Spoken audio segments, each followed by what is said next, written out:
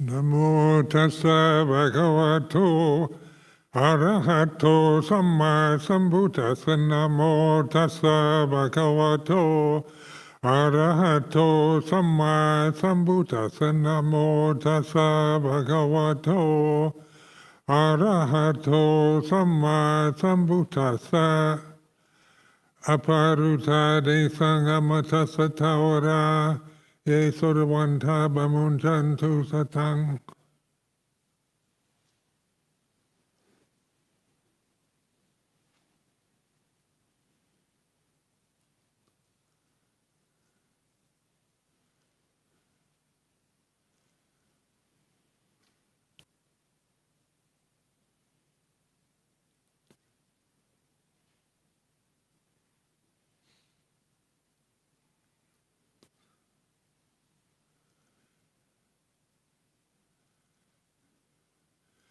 So this is the opportunity to listen and be the observer of how it affects you, the words you hear from me.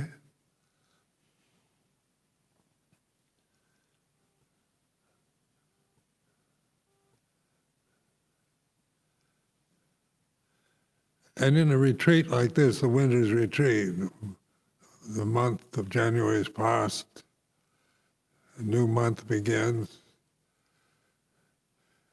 and the silence, the cold weather, the stillness of winter, and whether the retreat is organized in groups or alone, being the listener, the witness to the way it is the important issue. Not trying to get anything or get rid of anything, but to just be the neutral observer, the Bhutto, the witness to the way things are.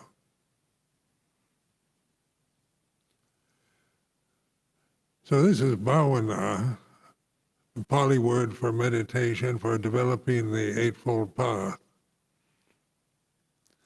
And during these days, many of you will experience a lot of suppressed memories, emotions that might arise, fear or guilt or remorse, repressed anger, resentment can arise during these silent retreats.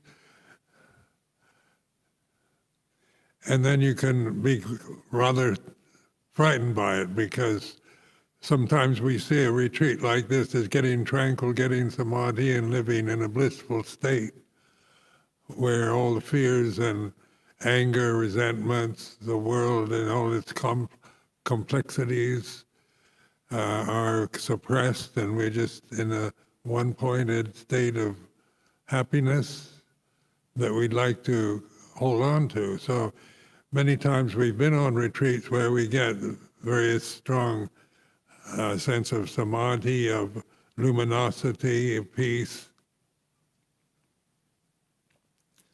And then we want that again. We'd like to always feel like that, to feel enlightened, to feel blissful, to be free from fear and desire. So when we meditate, when we practice meditation to get something, remember now the previous blissful experience is a memory that creates desire.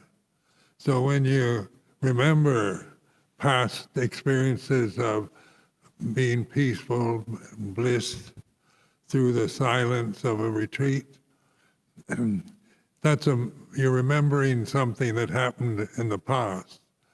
And that creates a desire to get it again, to get to that state again.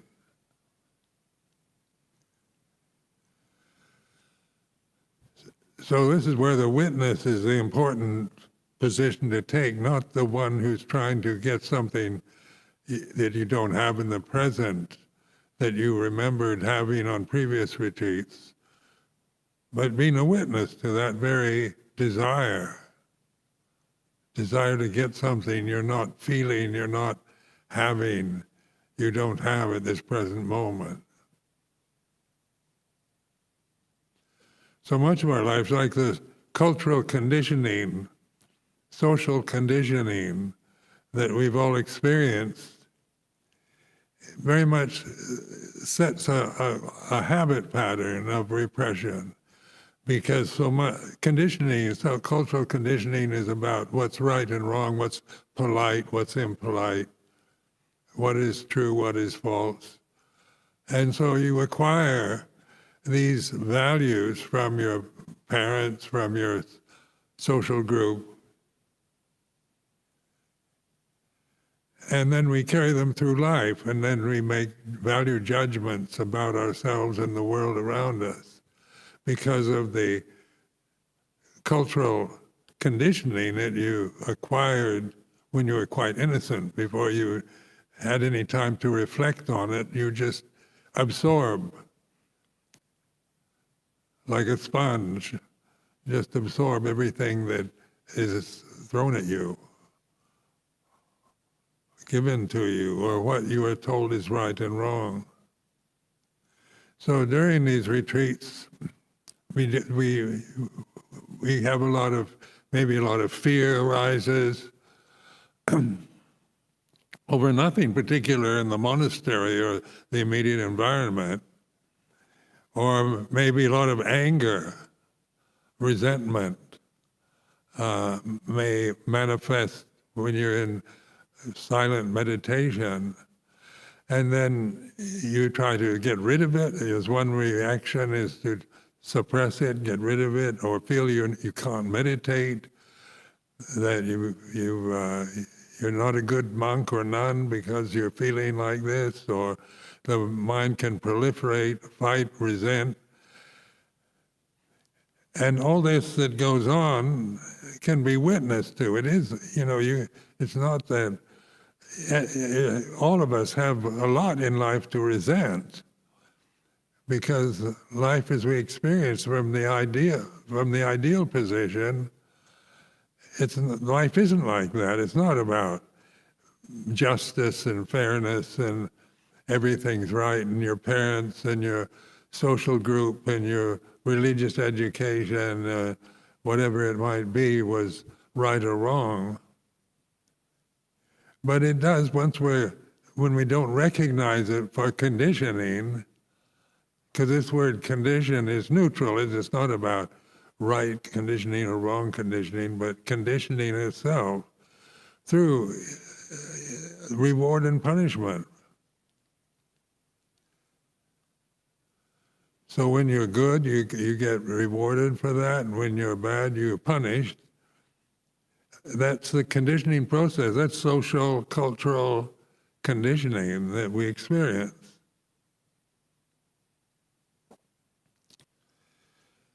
But witnessing that conditioning is not judging it in any way, but recognizing that a lot of repressed feelings, emotions, desires,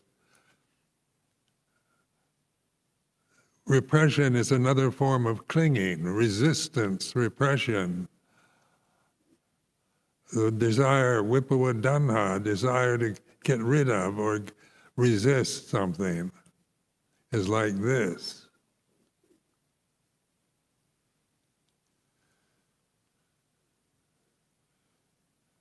So many, like in Luang Por Chah, many stories to tell about how he dealt with fear. Because in Thai society, they're very much conditioned to believe in ghosts and spirits that you can't see, but exist in various places. And it's very strong cultural conditioning. So he had to, being a Tudonga bhikkhu, he would go and live in charnel grounds or graveyards where the suggestions and conditions for fear of ghosts, of spirits, would be most prominent.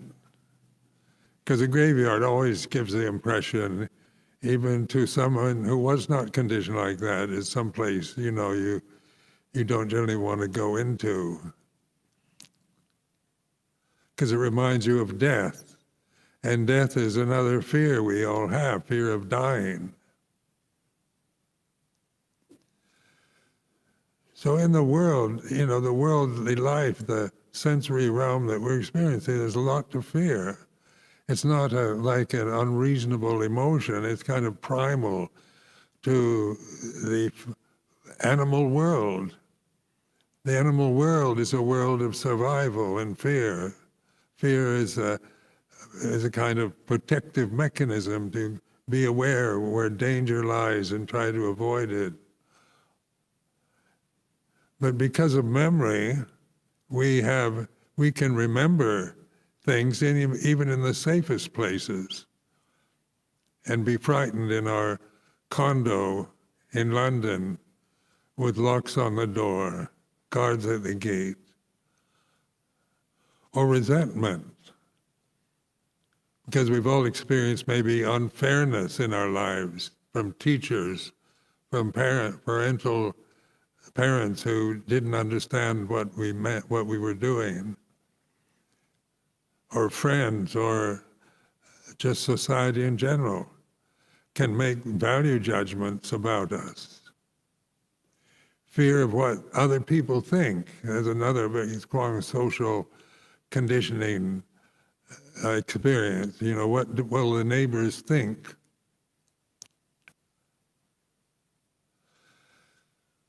But the witness isn't thinking. It's not about thinking or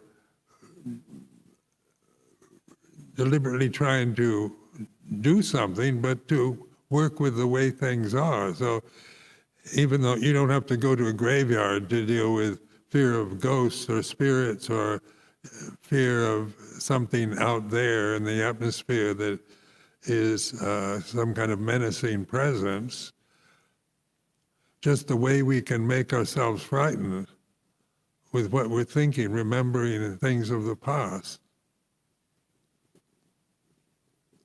Fear is also an emotion that we sometimes like to experience because, you wonder why people go to horror movies to be scared out of their wits by what they see on a movie screen. Why would you pay money to be scared? Because it is an exciting feeling to be frightened and scared, to feel like you're a victim of life, like you're the victim of society or a group, a social group. There's something very egotistical about playing the role of a victim of life, because that makes us feel, we're somebody who's been unfairly treated or being victimized by something else outside ourselves. But the witness is aware when one feels victimized by life. It's like this. So you're taking the position it's the Bhutang Saranang Gacchami, refuge in Buddha, to witness the way it is. It's not about getting rid of fear or justifying everything and just trying to explain or analyze everything away. The more you try to think about it and analyze yourself and blame your fear, your frightened tendencies on others, or maybe you do it to yourself. You think you're just a weak person because you have a lot of fear to deal with. Whatever you think, whatever direction the critical mind takes, it's about, it's still words and thoughts and habits that you're using. You're not being a witness, you're being a critic. You're thinking about yourself. You're thinking about the world. So sometimes one can relate to bhavana or meditation as taking the position, the witness position, as a kind of mental enema, a cleansing process. So the word enema, it means a kind of cleansing process to the body, but this is a mental enema where we don't have to do anything but witness the mental conditions that arise. What comes out of your mind might be repulsive, like any physical enema, but it's being released from yourself. You're letting go of it. You're allowing it to manifest, become fully conscious, and not clinging to it. The Puto is the refuge that we all refer to. Buddha as a refuge, not in some idealized Buddha of the past, not in some kind of traditional ceremonial chant, but it's about witnessing the way things are, because this is what, when we talk about Gautama, the Buddha's enlightenment, he was witnessing the way things are, not trying to get rid of things, fight or resist, or just get into a state where he doesn't feel anything. So that image of under the Bodhi tree, where he gives up trying to control his mind, trying to arrange everything, trying to get into a nice peaceful state that can be another habit, he just let go of everything. And then all the forces of the universe, as the legend goes, come and tempt him, both on the fear level, the desire level, and his response is witnessing, not trying to control it, get rid of it, condemn it, but just noticing, witnessing the presence and the absence of a phenomenon that arises. So it's a fearless position.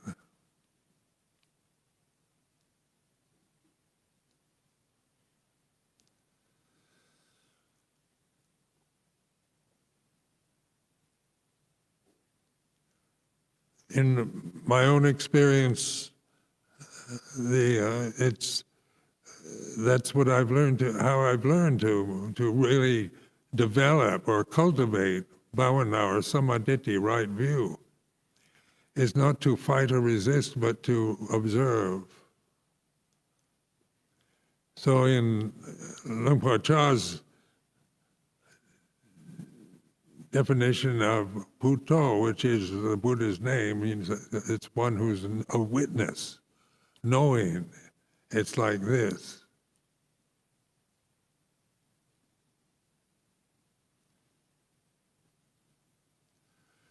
So during this retreat, when negativity arises, fear, jealousy, anxiety, worry, doubt,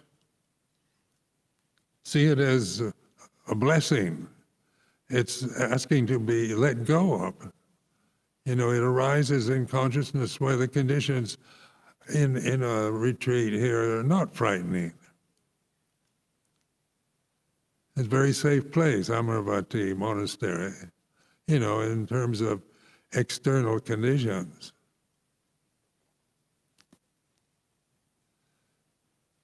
Then the community is trained with the Vinaya, with the precepts, so they're committed to nonviolence, to celibacy, to right speech. That's our intention as a group.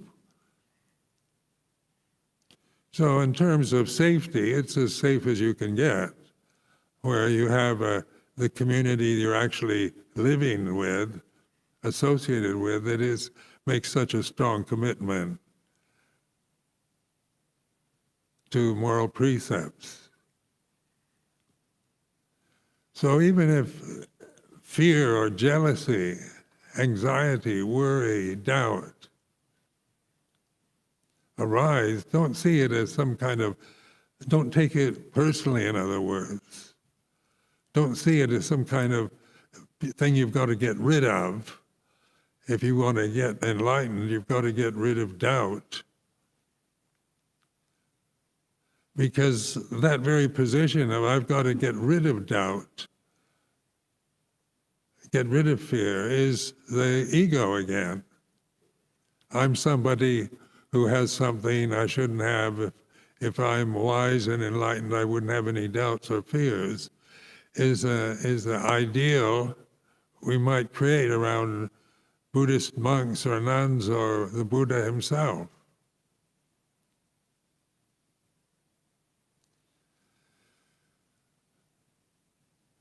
But the conditioning, the social conditioning, for example, the silabata paramasa, attachment to conventions, social conventions, religious conventions.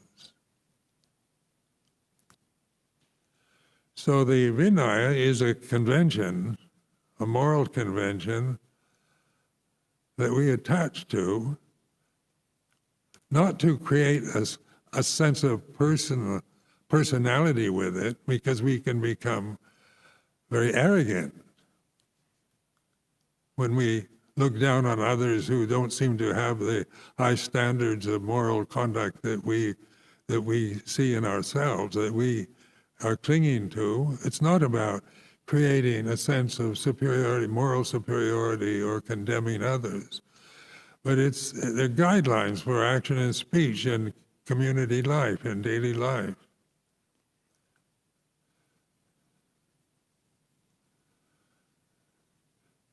Social conventions is something that we might not even notice. So much of Western psychology is based on the ego. We emphasize the word ego a lot to a sense of self-conceit or self-importance. But even an ego where we despise ourselves or look down on ourselves or criticize ourselves, whatever identity you form, habitual identity, attachment to your physical body, your physical identity, then the ego comes from that strong conditioning through social conditioning, through thinking. Vicikiccha is the third pheta, which prevents us from seeing the right path to samadhi, which is translated generally in English as doubt. And so we investigate doubt, to not be sure, to be uncertain, to be unstable, to not know something. It's like this. And it's about thinking, isn't it? When you realize the danger of attachment to thought, how you create a whole world of expectation and fears just through thinking, and live in a realm of doubt and uncertainty and instability, because the world is an illusion. It's not what you think. It's not a condition that you can control. The world arises and ceases according to other conditions. The sensory bodies we identify with are conditions. What we see, hear, smell, taste, touch, everything we think is conditioned. Conditions can be skillful, kusala conditions, or unskillful ones, the kusala conditions. But the puto, the knower, the witness, is aware. Skillful, unskillful, good, bad, are conditions created through thinking, through believing, through grasping. And when you really penetrate that with wisdom, then the insight The insight you get is letting go. Doesn't mean getting rid of the conditions, but it means just release your grasp. So in terms of samadhi or concentration, it's more like a relaxed state of awareness, not an intense grasping state of intense concentration on an object, but a sense of relaxation, of letting go, of releasing the body from all its tensions, releasing your mind from all its fears and desires. And so when this happens, when we really trust in letting go, then we can, and samadhi, or right understanding, or perfect understanding arises, is there, naturally. We're not trying as individual people to be wise and get right understanding, samadhi, because that, when we think we're very wise and have samadhi, that's another conceit. After 55 years of monastic life, if I still think I have samadhi as a person, that's a delusion. Because Sumedho is an illusion. It's a costume. It's a convention. It's not a real person. But Puto is, you can trust. This awareness, conscious awareness in the present is like this.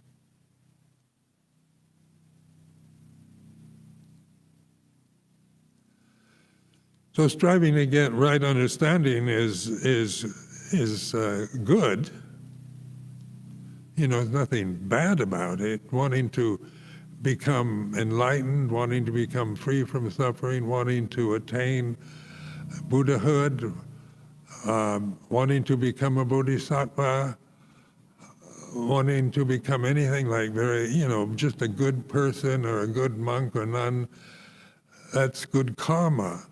So it's good, but it's still a convention, it's still a condition, a sense of me and mine, me trying to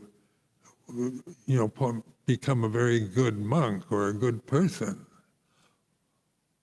or get a good rebirth in the next life, or even to get out of rebirth system, wanting to not be reborn again. It's still a thought, words that we read in the scriptures, which are good, but the grasping of that, the sense of me and mine, I'm somebody who doesn't want to be reborn again, is like this. It's still a condition that arises and ceases. So good is impermanent, bad is impermanent. And the Puto makes no judgments about good and bad anymore, just knowing whatever condition you're experiencing, you're attached to in the present. The insight is to let go, relax with it, let it be what it is, and it ceases all by itself. So allowing the natural cessation of phenomenon is a relaxed, open awareness, not an intense effort to destroy evil or get rid of the satanic forces in your mind or the universe.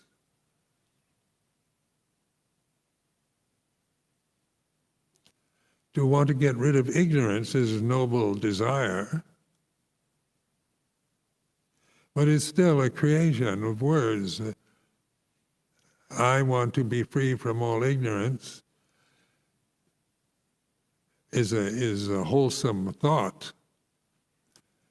But a thought is still a condition. So when we, out of habit, out of not knowing it, we cling to these high-minded ideals, these goals, these conventions, but out of avijja, out of not understanding the way things are.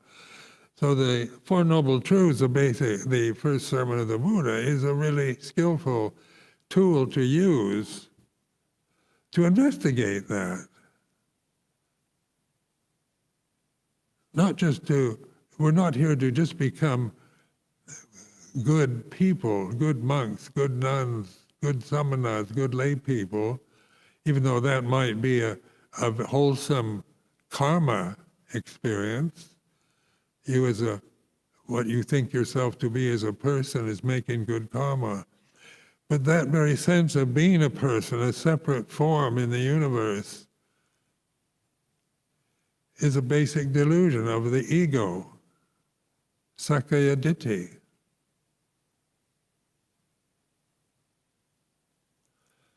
So you can't get rid of sakkaya ditthi, but you can know it by being a witness to it. Whether it be positive ego or a negative one is not the issue anymore, but perfectly healthy, well-adjusted, normal personality or a neurotic one is not, these are judgments made in the society.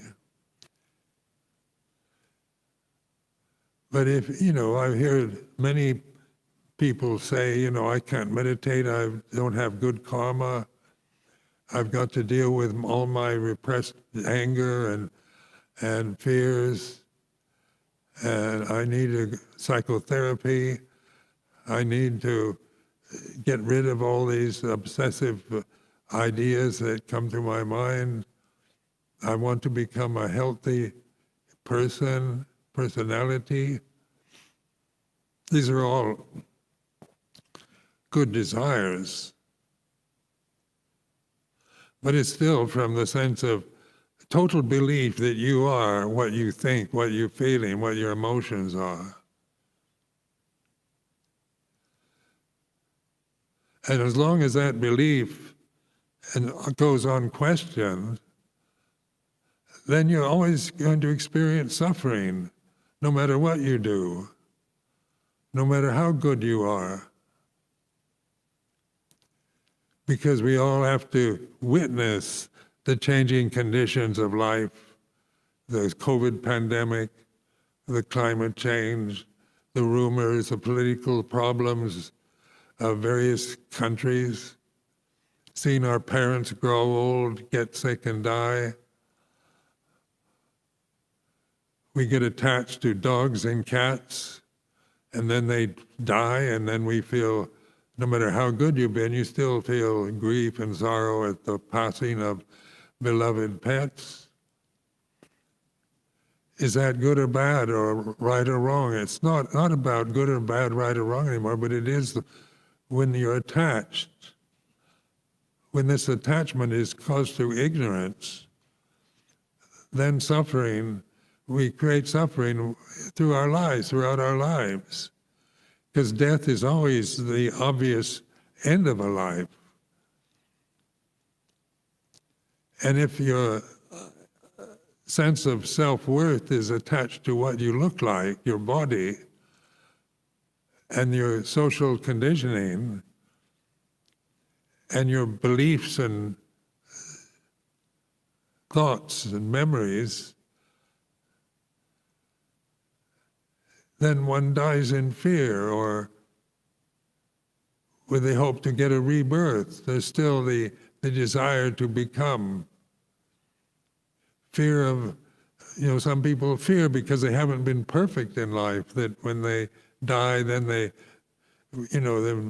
when people die around us, many times the relatives fear they've made bad karma because this person, you didn't tell them you loved them enough, you didn't give them perfect care and love and total appreciation in their lives, you didn't visit them enough as you should have. So there's a lot of guilt when relatives or friends, good friends, pass away, because we create this sense of what we should have done in the past. But no matter how good, caring we might be, death is the inevitable end of a birth. And so we've experienced birth already. We don't remember it, being born, physically born, because we didn't have a language. We hadn't developed memory with language to remember what it was like to be born. But we were conscious.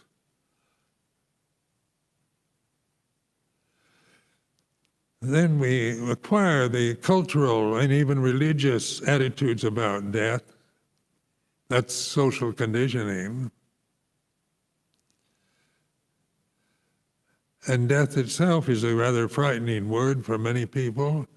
It's not considered polite to talk about death at social events. It's even, I find even myself, when somebody dies, to say they're dead seems rather blunt. So you use the word passing away or something less startling as they're dead, because that seems so heartless, so final. But it is true. What is born dies.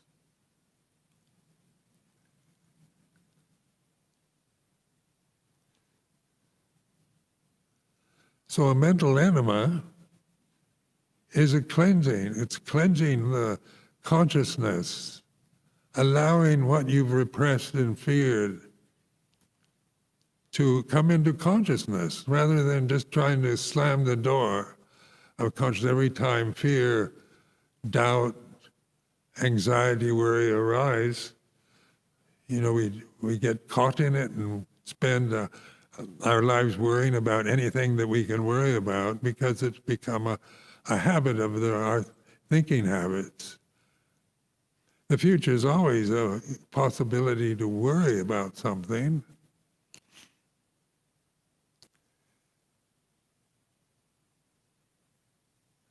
The future is one big worry right now, isn't it? Who knows what's going to happen about pandemics or climate change or universal problems, with the universe we see, we experience through the senses. And we know we're all going to get old. And getting old, the physical form weakens, its senses fade.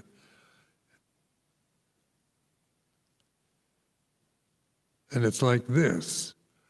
But in awareness, the Buddho, the witness, doesn't get old, isn't afraid, doesn't worry about anything, is not guilt-ridden, regretful or blaming or feels victimized. These are all mental constructions that we tend to hold in us, that we never, when they enter the door of consciousness, we develop habits of resistance, of repression. So in bhavana, or meditation, the fearlessness of the attitude of Buddho, of witnessing the way it is, witness is not afraid. It's aware of fear. So what is Buddho? What is the witness position? We call it conscious awareness, mindfulness, pure consciousness, or whatever. The word doesn't matter as long as you get the right, you understand what it really means, is to be aware of this present moment is like this. Now that sounds very simple in words, but the conditioning process is complicated. So we have to witness, sometimes we have to deal with just witnessing loneliness, boredom, conditions that, we don't want. We don't want to feel alone or lonely or left out. We don't want to feel bored with life. these are created through the idea that life should be just one interesting experience after another. But no matter how many interesting experiences you had in your life is quite boring, really. So that's why people go to horror shows, because they're bored. Because then they feel excited, frightened, horrified, and that's a state they can feel alive with. But boredom, what do you do with it? How do you cope with boredom? How do you get rid of it? Of course, the usual way is to distract yourself with something interesting. So samsara, or the worldly life that we identify with, is an endless seeking of distractions. Because otherwise, just being conscious, consciously aware like this seems boredom. It seems like boredom to the thinking mind.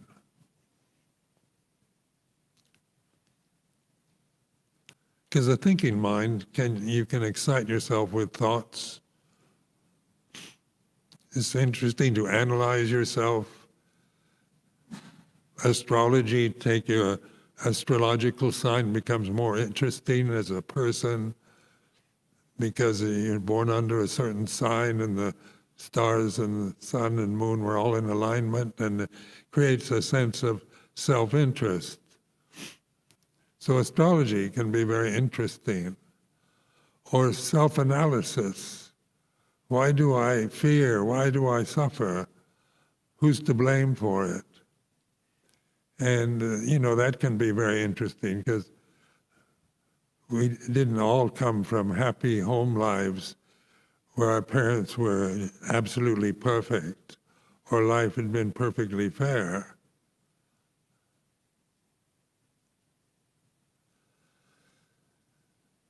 So who's to blame for my suffering? Who can I blame? So praise and blame are worldly dhammas. The praise is what we're after, what we want, and that's exciting, that's interesting. To be praised, to be acknowledged, to be respected, to be admired is very pleasant. To be disregarded, ignored, or condemned is very unpleasant. So modern life is very much aimed at trying to become something, become a famous person, become a rock star, become president of the United States, become somebody that's in the news, become win a beauty contest, or get involved with, join a French Foreign Legion or some exciting militia or, like all these ISIS and Middle Eastern, Asian militia groups. They're very exciting to be fighting for righteousness, to be a fighter for human rights. A fighter for democracy, a fighter for freedom. That gives you a sense of being somebody who's on the right side of goodness and skillfulness. But so that's one way we can devote ourselves to good causes, through only saying that we should devote ourselves to peace movements, to social justice, to democratic principles, to the rule of law, to all the best we can think of. So one consider that's good karma. It might be, might not be very good karma, because so many righteous groups are very deluded.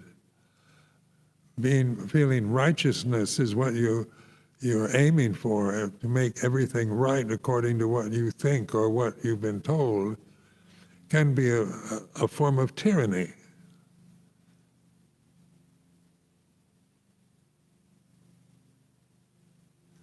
Because if I attach to righteousness and you don't agree with me, then you're wrong. And what does that mean in terms of relationship?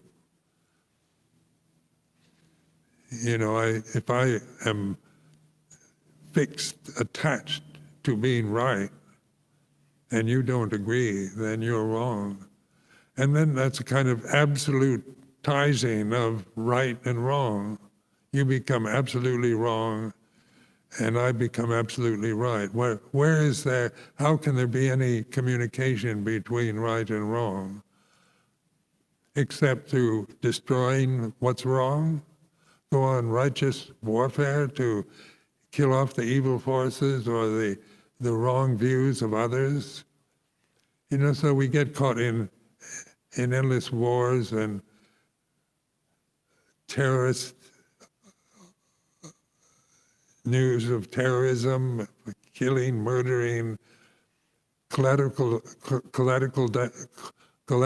damaging, bombing people, villages, and so forth, where a lot of innocent people get killed out of the sense of righteousness, of clinging blindly to being right, or for principles such as standing up for democracy.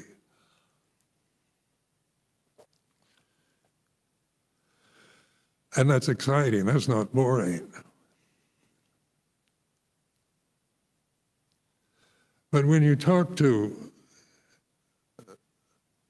men and women who have been in military lives and dealt with conflicts and wars, they're quite boring actually. So much of it is waiting around. But when we go to the cinema and watch war movies, it's all very exciting. So excitement is available to us, it's a distraction, where boredom is what we don't want. So we ignore it and seek various ways to seek pleasure, happiness, comfort, romance, adventure, excitement. And that's the world. The world is like that. That's why it's an illusory world. It's not the real world that everybody claims it is.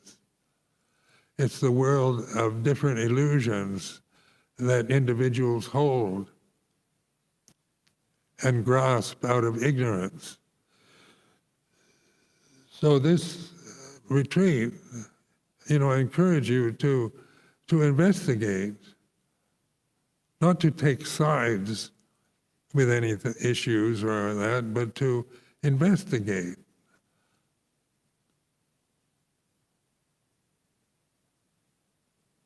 So this investigation is, how is it done? It's not investigation of who's right and who's wrong, but it's a witnessing, observing, like a really mindful soldier who's just out in the field observing, just open to life and the sounds and sights that are present in the present moment are like this.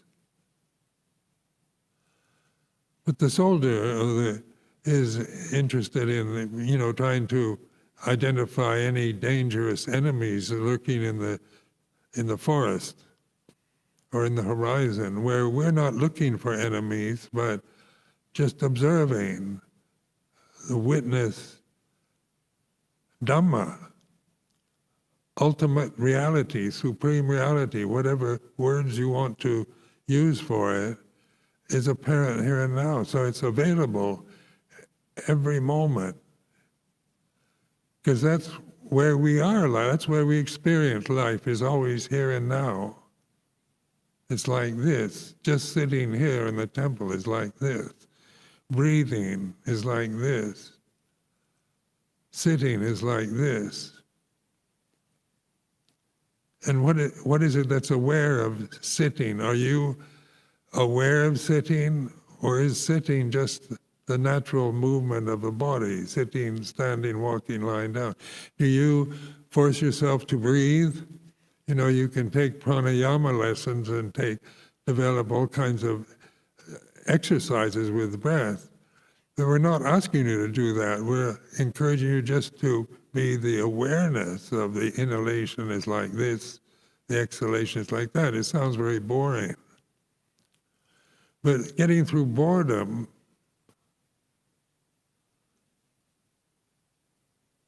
is where wisdom lies. When life becomes boring, when you get old, life is increasingly boring. On a winter's retreat where there's nothing to do but sit, stand, walk, lie down, watch your breath, it's very boring. And then we think of all kinds of things we should do to get rid of the boredom. But boredom is a mental state. It's not ultimate reality. So what is ultimate reality? What is the supreme reality here and now is conscious awareness. And that's where boredom ceases, where loneliness ceases, where the ego collapses, disappears, where the social conditioning, conventional attachments disappear. You're not resisting or denying them, but they naturally cease. They're mental states that arise and cease. They're very ephemeral. They have no substance.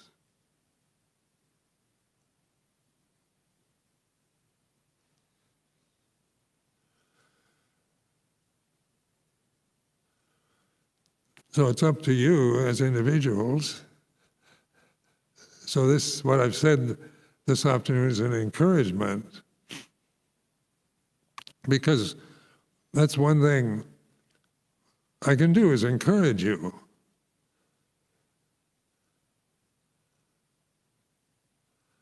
Because the Buddha's teaching is very skillful directions on how to end suffering. So the first noble truth is about suffering, to be understood. The third noble truth is the end of suffering. So the end of suffering, what does that mean? You don't get old, you don't get sick anymore, you don't feel grief when your beloved mother passes away or whatever, when your favorite cat dies. It means that you're aware of grief, of old age, and you're not making it you're not attaching to it. It doesn't make you cold-hearted and indifferent to life, but it allows empathy to arise in social situations. So you don't become just kind of a totally unemotional zombie, but you can, then you feel the wisdom of the Brahma Viharas. What's left when you've let go of everything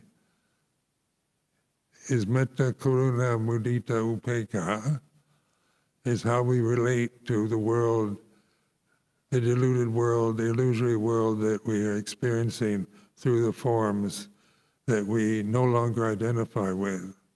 So I offer this as a reflection.